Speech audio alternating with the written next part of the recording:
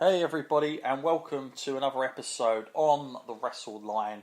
I'm your host John Scott, and joined as always by my co-host Matt Essex. And Matt, on this episode, part one, we are covering none other than Big Daddy Cool Diesel for this one. And Matt, Diesel, how much of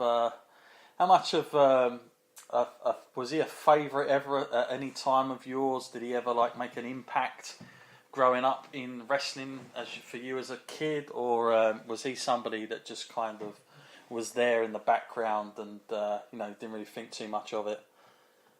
Oh no, he was always a prominent role. As a kid, Shawn Michaels, could you get much cooler?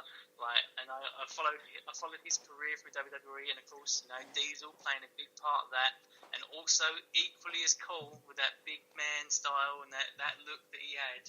I've got a lot of fond memories for Big Daddy Cool. Cool. No pun intended there. Okay, so let's start here, folks, because we have to go. We're going to, be checking out Diesel's progress, obviously in the WWF onwards, and at least for this part, we're going to be covering most of the first year that he was there, and of course, obviously in '94. Because he did come in the whole bodyguard gimmick. But before we get there, it's worth just going back and giving a little bit of background, as we always do with our wrestler timelines. Kevin Nash, who plays Diesel, of course, was born the July 9th, 1959, and he kind of started in wrestling. He done the sort of territory system for a little while, but then he had quite a long run for WCW as it was there. And Matt, I'm sure you've heard a lot about these gimmicks that he played, but there certainly was a whole host and variety of gimmicks that Nash would have to go through before getting to WWF. Just some of the names here. He was at one time he was in a tag team, and they were called none other than the Master Blasters. Between the years of 1990 and 1991. Not sure if anyone really remembers that too much or too fondly. But how about this one as well, Matt? Oz. 1991 he got given that gimmick, and Nash reappeared, it says, under his new gimmick, having been repackaged as the Silver-Haired Oz, the character based on the Wizard of Oz from the from the book, of course, children's books, The Wonderful Wizard of Oz. So, quite an eventful few gimmicks there. And to top it off, Matt, the last gimmick he had in WCW, 92 to 93, he would play none other than Vinny Vegas. And again, another sort of repackaged gimmick. Nothing really seemed to have been working too well for him there, Matt, in those terms. Did you ever get to see him as any of these gimmicks on WCW at all?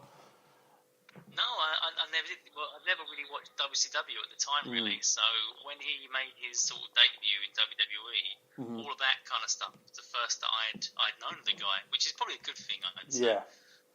Yeah, it probably is. I'm sure he'd have wished it had gone a bit different there as well. So, if you think about it, he had kind of a bit of a messy start in his kind of big wrestling company sort of debuts, sort of being repackaged almost, twice after beginning. So, I'm not sure it was always, he wasn't on the course in WCW, at least, as superstardom, or at least going the right way. In all that. So now I want to get us in here to 1993 then, and it's worth pointing out here that in 1993 Nash left WCW, signing a contract with the WWF at the request of Shawn Michaels, it's reported. He was given the stage name of Diesel, with the character given nickname Big Daddy Cool. For the role, Nash grew long hair, taking on an appearance of a typical cocky biker thug. Diesel sported black sunglasses and leather as well to go with it. And apparently the name of Diesel, Matt, I mean, first of all, when you think about all the gimmicks he's already played, Matt, like Oz and Vinny Vegas, I don't know, how good does the name Diesel come to you straight away when you think of what's already happened? Because I know we think back at Diesel, and obviously the perception of Diesel is very different now, but originally, Matt, when you first get given this as a name, you've got to be thinking, hang on a minute, what the hell am I here? Yeah, it is one of those kind of typical early 90s kind of gimmick names. Yeah. I wouldn't have seen a lot of longevity in it, but, it did do well, though, so yeah. I am surprised about that. I guess it's a testament to the man himself, what you can Absolutely. make of what you're given. Yeah, it's reported here that the name was suggested actually by Shane McMahon, Matt. So, was a play on the fact that Nash was from Detroit, known famously as the Motor City. So that's how they kind of come up with the name. And also, to play off his character name, Nash's initial entrance music was a simple series of truck engine noises along with loud horns beeping. Well, I'm glad they didn't just go with that. I'm glad they got a little bit more creative there, because that could have been a bit of a nightmare, couldn't it? Coming out to all that, blimey. Okay, so Nash finished up on the 18th of the 5th in WCW, and the last thing he'd done there, believe it or not, he was actually in the main event with him, and it was Sting and Davey Boy Smith, the British Bulldog, teamed up against Sky and Vinny Vegas, as he was, and that was his last move that he made there. Here's a fun fact to throw out then in June 1993 here, as this is all taking place. How about this one, Matt? Marvel Comics is negotiating to put together a Road Warrior Hulk comic book. That could have been quite interesting, couldn't it? If that had taken off a little bit, maybe Disney would have had their hands on it now. And all that. I would have preferred if they had two of them in it, like both of the Road Warriors. Yeah, I'm not sure why it was just Hulk, but there you go. Okay, June 8th now, with just days before the inaugural King of the Ring pay-per-view. It's now basically they're putting in the new stories here that Shawn Michaels, who regained the title from Marty Jannetty on the 6th of the 6th earlier in the month at a house show. It was pretty well known that Jannetty was going to be a short-term champion, although short being 20 days was a surprise, reports Meltzer. Michaels' new bodyguard, Kevin Nash from WCW, who was known as Vinny Vegas, was let out of contract by Ole Anderson, and of course he jumped ship to the WWF and would be playing the role of the bodyguard to Shawn Michaels at the time, who, as I just stated, was the Intercontinental Champion. And at King of the Ring 1993, and we talk about King of the Ring quite a lot, 93, and of course it was the first King of the Ring. And don't forget, folks, if you want to go back and you want to listen to the King of the Ring retrospectives, you can go to our former podcast, which was the Wrestling Skull podcast, and you can check out the whole retrospective series there. But, Matt, we've covered King of the Ring 93 quite a bit, but here we have Shawn Michaels retaining the IC title up against none other than Crush. And this would be the first time, at least on TV, Matt, that we get to see Diesel, and he's given the name Diesel as well at this point, because before then they just had Kevin Nash coming out and nobody really knew his name in the house shows. Diesel distracted Crush, allowing Shawn to push himself out of the corner, and get the pin. What do you think coming in, Matt? I mean, there's probably far worse times coming in, but pairing him up as the bodyguard of Shawn Michaels at this point, Matt, is this a good deal? Do you think this is a good start for anybody who's coming over to get paired up with someone like Shawn Michaels at this point? Yeah, I mean, what an incredible start. I mean, Shawn Michaels' stock at this point in time is on the up and up, Mm-hmm. This guy is just on a clear path to the top, so if he can sort of bring someone along with him for the ride, that's one hell of a start. And I think it's also something that you get a personal recommendation from Sean. It just shows you what kind of pull he had within the company at the time. Yeah, it kind of feels like because Shawn Michaels, put that request in to sign him, that there's probably a little bit of added responsibility that he feels to make this whole thing work. But the look of having this huge giant guy next to somebody like yourself, like it's a kind of a weird thing because Shawn Michaels up until this point he'd had the managers like Sensational Sherry and he'd done the whole thing with Marty Jannetty. So to have like this great big guy next to you, the presence, I kind of always thought it was a cool concept to have that. Like it kind of made you always question like, could his bodyguard take him out if he really wanted to? There was always that in the back of my mind when I watched these two to begin with, back in the days. Okay, I want to forward now to SummerSlam 1993, where Shawn Michaels would beat Mr. Perfect via count-out to retain the Intercontinental Championship.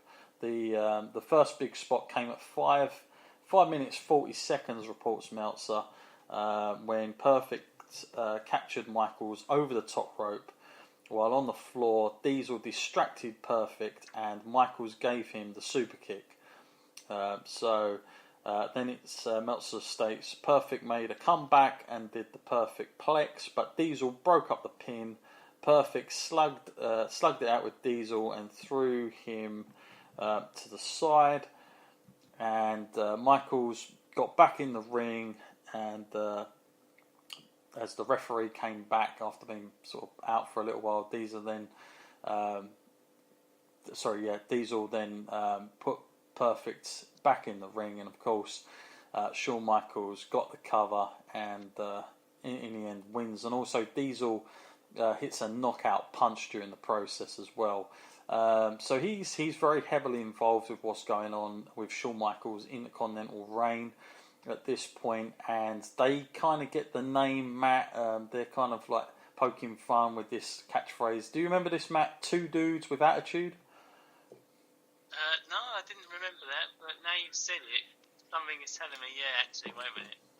Yeah, it seemed like something that maybe one of the commentators had said at one point and kind of stuck. So what's worth pointing out here, Matt, is that Kevin Nash, Diesel, he is not, he's not kind of doing any matches. He's not working house shows. There's no sign of him on the circuits. He is literally the bodyguard for Shawn Michaels. And I guess if you're out there and you're watching a performer like Shawn Michaels, there's nobody probably more better than a guy like that to be watching in the ring. But were you surprised, Matt, that they didn't use Diesel up until this point? Like, we've gone from June, then we've gone into SummerSlam, and still no sign of Diesel getting that first match in. Yeah, it is actually quite surprising. I mean, you'd never really see him hold off something that long these days. No. I don't know whether their feelings would have been that he's not ready, or he needs more exposure, or whether they just need to get their money's worth out of this bodyguard gimmick. But yeah, I did find that really kind of surprising. Yeah. Okay, I want to go to Survivor Series now, 1993, and this is there's a whole host of things going on here, but Diesel actually gets to come out in this one, Matt. He's involved in one of the Survivor Series matchups, and it's Marty Jannetty, the 1-2-3 Kid, Razor Ramon, and Randy Savage, who beat IRS, Diesel, Rick Martel, and Adam Bomb. Quite a unique mixture of guys there, isn't it? But it's not exactly a brilliant outing because Savage pins Diesel to win the first fall with an elbow off the top rope in just under 10 minutes, 20 seconds. So he's the first guy out. And, it looks like, I went back and looked at this, it looked like they, WWF, they wasn't really, I couldn't imagine that they really saw any equity in him at this point, Matt, with that kind of a beginning to his running in ring at least. But I know Randy Savage is not the worst guy to lose against, but to go out at number one, maybe it kind of shows where the company were looking at Diesel at the time in all that one. I want to move further ahead now, and this is interesting, especially what happens in the long run here, and of course we will get to this point. But how about this, Matt, as a cruel twist of fate that happens in the future, is that